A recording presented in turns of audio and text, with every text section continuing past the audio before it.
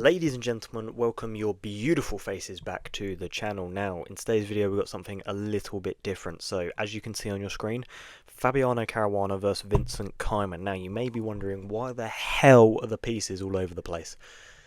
Just felt like mixing things up. No, I'm only joking. It's the Freestyle Chess World Championship Final. It's not actually called that, but that's what we're going to go with. All the best players in the world took part in an event in Germany whereby all the pieces on the back rank were all muddled up. There's like, I think it's 960 different positions that are possible. It's absolutely mental. You have to have a rook on either side of the king, so you can obviously still castle, a bishop on a dark square and a light square, and then your pawns have to stay on the 2nd or 7th rank, basically. They're the only 3 rules. Other than that, they, wheel round a load of balls in a bingo machine type thing and pick out a random one, and that's the position they get. They get 10 minutes to study the position. All the people that have the white pieces go off and study together. All the people with black go off and study together. It's actually really interesting. There's actually a picture of Magnus, Fabiano and Hikaru all sat down together studying. It like blew up on the internet. Absolutely iconic photo that will go down in the history books. But in today's video, we're going to be covering the grand final. Who is the best freestyle chess player in the world? It will actually interest you a little bit. Shoutout Caruana beat the likes of GUKESH to get to the final. Vincent Keymer beat the likes of Magnus Carlsen to get to the final. Mind-blowing stuff. Without further ado, guys, let's jump straight into the review. Okay, guys, so the game starts off with the move c4. So, obviously, the rooks are both in the middle, very weird position. So, you just want to push the pawn that's sort of supported. I mean, there's a rook behind it. Obviously opens up this queen as well to target this extremely weak pawn. There's literally nothing defending it, so it's just probably the best move in the position. What does the engine like? God, the engine likes knight g6. How can that be right? Oh wait, no, that's for black. Why wouldn't it show me white's move? Who knows, guys. Anyway, we get c4 and knight f6, obviously to, cover this square. And cover this square, keeps everything safe. So if you open up this bishop as well, not like that, like this, then you can't take here. Obviously the queen can't take here. Nice position. We get knight f3, b6, b4 and c5. So Fabiano looking to just strike on these very strong pawns early on. These are a huge threat early on. This rook, coming in, this is going to move forward, opening up this bishop at some point. It's just all mental. I mean, I don't even understand normal chess, let alone this rubbish. We get bishop e5 attacking the queen, and we get d6 blocking by Fabiano. So it takes the knight, because this also then means that this is hanging, so you can just take on h7, which Vincent does. Then get knight to g6, e3, and then the pawn takes. So this is our first trade of pawns in the middle, though obviously Vincent can't take back because it's a trade because he's won this pawn. He obviously can't take this pawn back, so there's nothing attacking it. Unless he's got some ChatGPT style move where he's just going to move his queen all the way across the board. But you can't do that over the board. That would be illegal. Bishop e2, rook c5. Now this is apparently a huge mistake because of the move d4. So you just strike here and then the rook, I don't know, where's it go? a5 maybe attacking this pawn. Would that be okay? Is the engine like that? Okay, that's, not too shabby. What do we get, though? We don't even get this. We get knight to g3 instead of d4. So, Vincent not finding the crushing blow. However, this is just as good. I mean, he's still, +1 on the eval bar.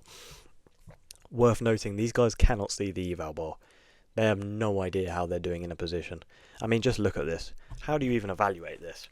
What is going on here? I mean, this is a weakness, these double stack pawns. The queen looks absolutely trapped in the corner. Obviously it's not, you've got this square, but then where'd you go? You don't even have this square actually. What am I talking about? Is this why I review chess instead of playing it? So that's just awful. From here, Fabiano plays queen to c7. We then get d4 attacking the rook. So this was the best move like here. But obviously he plays knight to g3 first, then plays d4. So we then get rook a5, putting pressure on the a2 pawn, and Vincent just defends it with the rook. Wow, it wasn't even the best move. Best move's just a castle. Oh, no, I've castled the wrong way. That would be really bad. Castle this way. I'm sorry, how does castling work in this game? Like here, you just swap the pieces around. Oh, I guess that does make sense, actually. So it just goes on the squares in which it would normally be castled. That's very strange to me. Nonetheless, we don't get that. We get rook c2 just defending the pawn. Fabiano then plays bishop out here, and then Vincent Keymer castles. If I had to castle in this position over the board, there's literally no way I'm remembering where to put the pieces. I mean, this is just mental. It would feel so unnatural castling like that. Like from the middle of the board, moving your rook here. Oh, that's just weird. I don't like it. We get rook a3. Now, I'm not actually sure what the idea here is. I honestly couldn't tell you, to be honest. I don't know why you would choose to put your rook here. Maybe, I don't know, looking at ideas of, I don't know, bringing the queen round at some point. I literally have no idea. And then we get h4, which is the best move in the position. Bishop jumps in. Rook obviously just slides back, so Fabiano can just pick this pawn up. It is hanging, but he chooses to play a5, just sort of locking these pawns in place. We then get h5, attacking the knight, so the knight has to jump away. We get d5, rook takes on a2, knight to d4, queen d7, rook a1, just looking for a trade of the rooks. However, Fabiano does not want to trade off these rooks. Look at this position, plus 4.5. That's absolutely ridiculous. Oh my god, h6. So look at this. I mean, Vincent's literally just throwing everything he's got down this side of the board. This is a huge weakness now. Pawn takes. Bishop jumps in. Oh my god, look at this. Just all this pressure on the f7 pawn. Rook then takes this knight. You can obviously take back with the pawn, so Vincent now has a rook for a knight. However, Fabiano does have 2 extra pawns, so material says it's equal. Obviously, in their heads, they might be thinking this position's completely equal, but the eval bar completely disagrees. I mean, it's plus 4.28 for Mr. Keymer. It's just ridiculous. We get bishop b3 attacking this pawn on c4. Drops the queen back just to keep everything defended. Fabiano plays a4. We then get rook to b2. Knight c8. I was going to say rook f1. Knight f1. b5. Okay, so looking for some sort of pawn break in the centre. So you just take that. Oh, queen doesn't even take back. Of course not, because there's a queen literally staring at it. So that would be a horrific idea. We get queen c7 just taking the open file. Knight e3. Hang on, can you not just, like, I don't know, play here? Just to kick this queen off this file. I mean, you can. It's obviously still completely winning, but not the best move. We get knight to e3. We then get knight b6. Rook c1. Okay, so now you kick the queen off and the engine loves it. Move orders in chess literally change everything, don't they? It's absolutely mind-boggling. Queen b7, so just putting pressure on this pawn, though it is defended by this knight, of course. Bishop f3, f5, okay. I don't understand why you can't just take here. Is that not just, I don't know. Why would you move that? I don't understand that at all. Guys, comment down below what the hell f5 means. Queen just takes, yep. Bishop g7, queen f4, bishop f8, rook c6. Oh my god, this is just so overwhelming, isn't it? I mean, it's obviously defended by the bishop, but can you just sack the rook? a3. Oh my god, he just sacks the rook. Doesn't take. Wow. Because obviously if you take, just take back with the queen. Oh my god, then what do you even get? If king c8, there's mate in 12 on the board.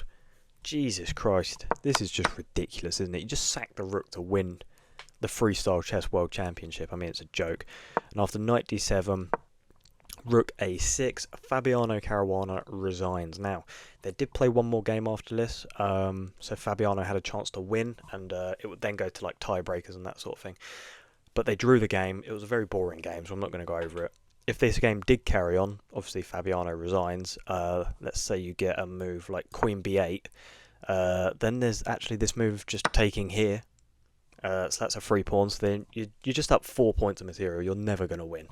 Absolute joke. So guys, that is going to do it for today's video. Vincent Keymer, the new, I guess, yeah, the first, I don't know, is this a new thing?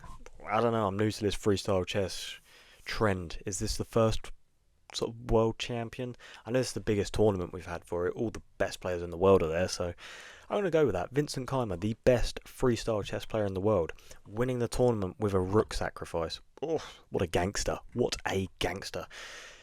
If you've enjoyed this style of content, please leave a like, comment on the video, any sort of chess content you want to see on the channel, subscribe if you are new, and I'll see you in the next one. Goodbye.